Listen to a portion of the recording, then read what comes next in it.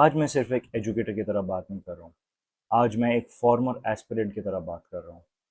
Almost 20 साल पहले IIT JEE की मैंने भी प्रिपरेशन की थी।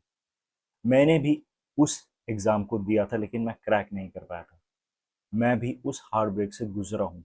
जब आप अपनी पूरी जान लगा देते हो, अपनी पूरी लाइफ लगा देते हो, लेकिन एग्ज़ाम क्रैक नहीं कर पाते। और यहाँ तो पेपर लीक की बात हो रही है। मैं जानता हूँ वो फीलिंग क्या होती है। मैं जानता हूँ रिजल्ट वाले दिन क्या एंग्जाइटी होती है, लेकिन रिजल्ट कहाँ, यहाँ तो पेपर लीक हुआ था। मैं जानता हूँ वो गिल्ट, वो सेल्फ डाउट और वो फीलिंग कि शायद मैं इनफ ही नहीं। वो सेल्फ डाउट बहुत ज़्यादा पेनफुल होता है। इसलिए जब आज स्टूडेंट्स का पेन देख रहा हूँ तो मैं सिर्फ न्यूज़ नहीं देख रहा, मैं वो दर्द दोबारा फील कर रहा हूँ। 20 साल बाद दोबारा वो फील करना, कांट इमेजिन दैट।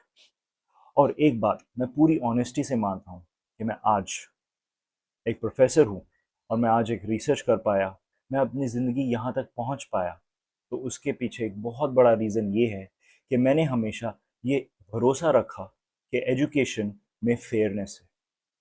कि अगर मैं मेहनत करूँगा तो शायद रिज़ल्ट कल मिले या आज, लेकिन ज़रूर मिलेगा। मेरी मेहनत का हिसाब ज़रूर मिलेगा। और इसी भरोसे पर लाखों स्टूडेंट्स अपनी पूरी लाइफ लगा देते हैं, अपनी पूरी नींदें सैक्रिफाइस कर देते हैं, खाना पीना छोड़ के एक रूम में बंद होकर के अपनी पूरी लाइफ लगा देते हैं। लेकिन मेरी प्रॉब्लम सिर्फ एक पेपर लीक से नहीं है। मेरी प्रॉब्लम सिर्फ एक किसी एक एक एग्जाम से नहीं है। मेरी प्रॉब्लम है अनफेयरनेस से। मेरी प्रॉब्लम है उस पार्शियलिटी से।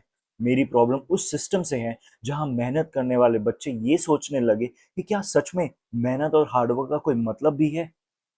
एक सोसाइटी ना तब तक स्ट्रांग रहती है जब तक उसके स्टूडेंट्स को लगता है कि मेरिट में इंपॉर्टेंस है, मेरिट मैटर्स। लेकिन जब वो भरोसा ही टूटने लगता है तो सिर्फ एग्जाम ही नहीं टूटता, पूरा ट्रस्ट टूट जाता है, पूरा सिस्टम बिखर जाता है। और सबसे ज़्यादा तकलीफ मुझे तब होती है जब वही स्टूडेंट्स जो सिर्फ जवाब मांग रहे हैं, जो सिर्फ ट्रांसपेरेंसी मांग रहे हैं, जो सिर्फ फेयरनेस मांग रहे हैं, और जब वो पीसफुली अपनी बात रखते हैं तो उनके प्रोटेस्ट को फोर्स से कुचला जा रहा है। They are facing police brutality. That pained me a lot. Questions पूछना तो डेमोक्रेसी की एक बहुत बड़ी स्ट्रेंथ होती है, थ्रेट नहीं। लेकिन स्टूडेंट्स दुश्मन कब से हो गए? वो हमारे दुश्मन तो हैं ही नहीं कभी भी।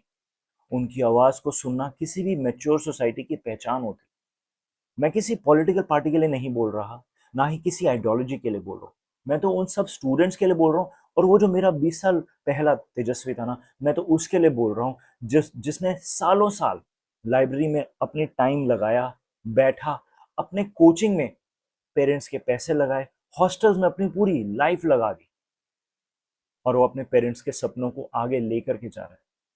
और जो सिर्फ इतना चाहता है कि उसके साथ जस्टिस हो, उसके हार्डवर्क का एक प्रॉपर पॉजिटिव रिजल्ट मिले।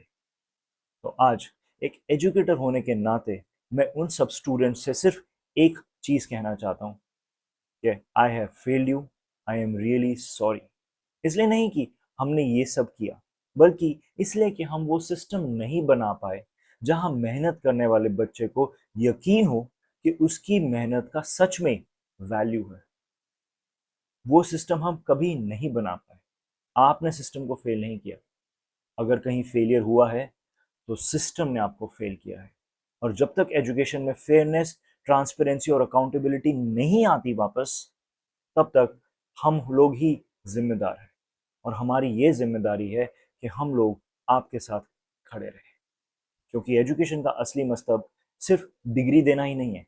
एजुकेशन का असली मतलब होता है इंसाफ पर भरोसा पैदा करना। And I really really really mean that when I say that education is the equalizing barrier for everyone.